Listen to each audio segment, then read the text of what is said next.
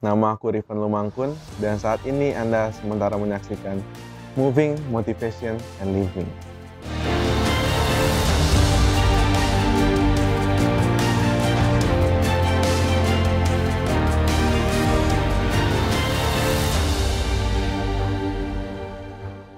Aku adalah anak kedua dari 3 bersaudara, dari keluarga yang sangat kucintai tentunya dan kusayangi. Jadi aku mau cerita tentang bagaimana waktu dulu aku dilahirkan oleh seorang ibu atau seorang mama yang sangat luar biasa, yang sangat aku cintai tentunya. Aku lahir tahun 99. Ketika aku dilahirkan, ada salah satu kejadian ketika aku akan dilahirkan oleh mamaku. Di situ keadaannya sangat kritis. Kenapa aku bilang kritis? Karena pada waktu mamaku datang ke rumah sakit, ke salah satu rumah sakit, ketika melihat mamaku sementara kesakitan, nah di rumah sakit ini seorang dokter melihat, kenapa nih ibu ini kenapa? Lalu dijelaskan oleh suster, ini dok, begini. Lalu dokter itu bilang, wah di sini di rumah sakit ini alatnya belum ada, kita nggak bisa mengatasi hal ini gitu. Ini kejadiannya sangat langka, kita nggak bisa, mesti dikirim ke rumah sakit yang lebih besar lagi. Akhirnya dikirim ke salah satu rumah sakit di Jakarta. Dan ketika sampai di rumah sakit tersebut, dokter melihat surat kiriman dari rumah sakit sebelumnya. Lalu dokter bilang, ibu ini harus duluan, yang lain ditahan dulu, karena ibu ini sangat darurat, kritis banget. Dan di situ papaku mendengar perkataan dokter seperti itu, bingung juga kan, maksudnya kenapa nih, sebenarnya ada apa gitu. Akhirnya aku lahir, dan dokter akhirnya ketemu dengan papaku. Dokter bilang ke papaku seperti ini, Pak, ini kalau bapak lewat dari 5 menit saja nggak sampai di sini, mungkin istri bapak dan anak bapak ini udah nggak ada, Pak. Lalu papa saya nanya, loh kenapa emangnya dok? Lalu dokter bilang, kejadian ini sangat langka, Pak. Sangat langka banget terjadi. Karena anak bapak, tali pusarnya itu sudah putus dengan ibunya.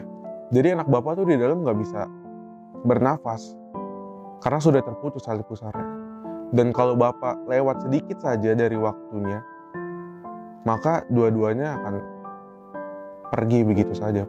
Bapak saya sempat menangis, berdoa kepada Tuhan, bersyukur karena atas mujizat Tuhan, saya dan mama saya bisa selamat gitu.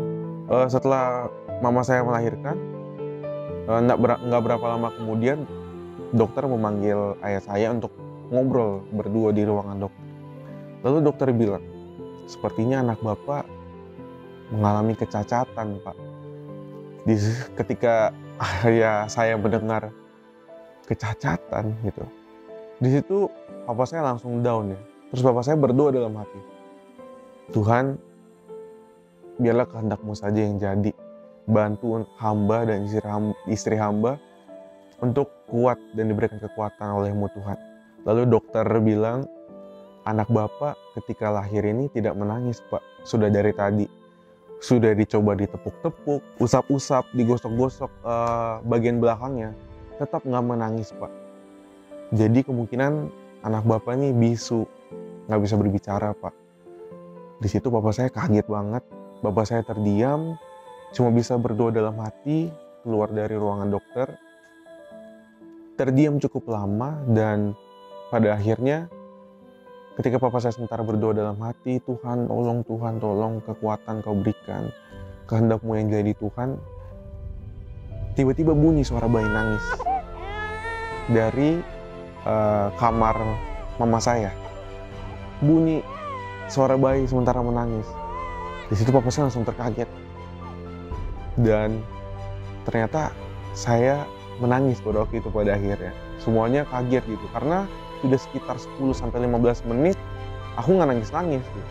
Dan di situ papaku sangat kaget dan bersyukur banget sama Tuhan karena sudah 2 mukjizat terjadi di hari itu. Yang pertama, mamaku dan aku bisa selamat. Dan kedua, yang tadinya mungkin aku bisu, mengalami kecacatan, sekarang aku saat ini ngobrol dengan cerewet ya.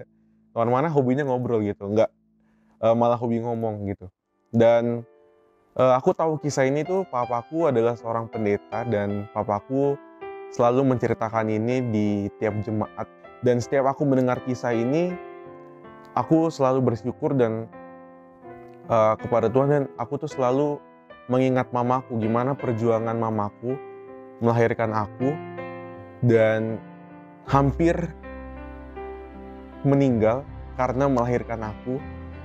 Dan di situ setiap aku mendengar kisah itu juga, aku selalu bersyukur kepada Tuhan. Terima kasih Tuhan, sampai sekarang Engkau masih menjaga hamba-Mu, masih menjaga aku, dan juga masih menjaga mamaku sampai pada saat ini. Terkadang ketika kita di saat mendesak sekali dan ketika kita berdoa kepada Tuhan dengan sungguh-sungguh, kita meminta kehendak Tuhan, kita menyerahkan semuanya kepada Tuhan, dan disitulah mujizat Tuhan itu pasti ada untuk kita semua.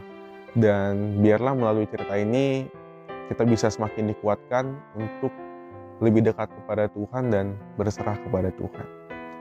Itu ceritaku. Terima kasih.